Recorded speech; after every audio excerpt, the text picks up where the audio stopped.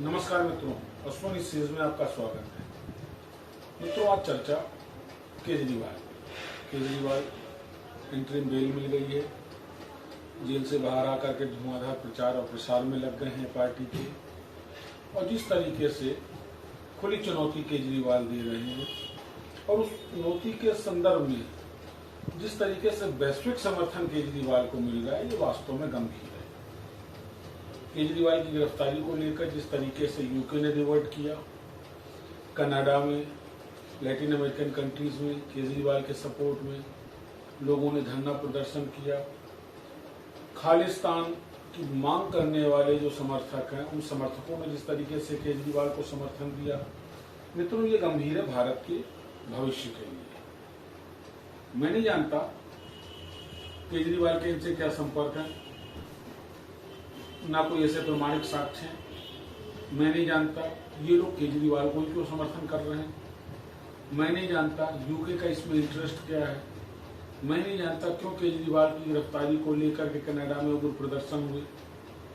लेकिन ये सब चीजें कहीं ना कहीं एक तरफ इंगित करती हैं, जिसको मैं भी जानता हूं कि ये किसी न किसी वैश्विक स्तर पर एक सुनियोजित साजिश का हिस्सा है।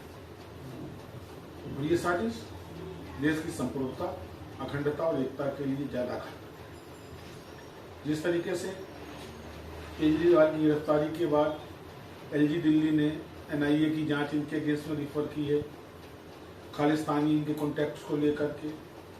पंजाब में आपके इलेक्शन को लेकर जिस तरीके से खालिस्तानी फंडिंग की बात हो रही है, और कनाडा और अमेरिका में अच्छा आधार रखने वाले ये खालिस्तानी समर्थक जिस तरीके से केजरीवाल को लेके उग्र हैं, मित्रों संशय होता है कि पन्नू लीड कर रहा है खालिस्तान के आंदोलन को या केजरीवाल। ये बहुत गंभीर जांच का विषय है देश की एकता के लिए, देश की अखंडता के लिए, क्योंकि कुछ ऐसे फैक्टर्स हालिया समय में सामने आए हैं। इसमें एक सबसे बड़ा इंपॉर्टेंट फैक्टर है जिसको हम सब ने इग्नोर किया है, जो राष्ट्रीय पेपरों की सुर्खी भी रही है, कि पिछले 10 सालों में हिंदू आबादी के सापेक्ष मुस्लिम आबादी बहुतायत में बढ़ी है। ये चेतावनी है, ये कहीं ना कहीं जज्बाए हिंद इस सोच को समर्थित देती हुई एक कार्रवाई है।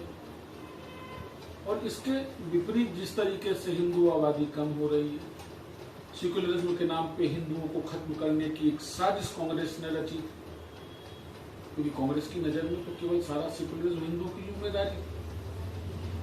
तभी तो जब इंदिरा गांधी ने नसबंदी जैसा एक बृहद आंदोलन छेड़ा, तो उसमें भी उसका मैक्सिमम विक्टिम जो था वो हिंदू था।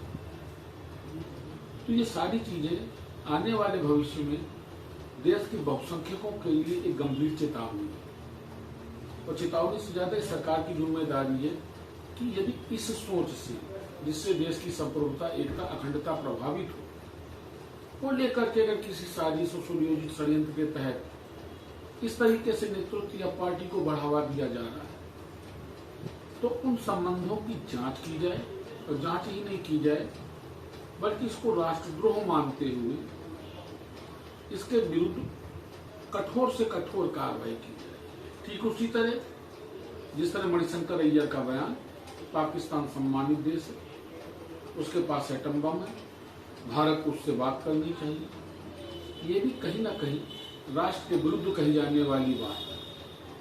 हिंदुस्तान की सरजमी पर रहकर हिंदुस्तान की जनता की करों के ऊपर अपनी सुख सुविधाओं को अर्ण करने वाले ये नेता, देश के सैनिकों का सर काटने वाले, देश के लिए इतने सम्मानजनक शब्दों का अगर उपयोग करते हैं, तो ये कहीं ना कहीं गंभीर है।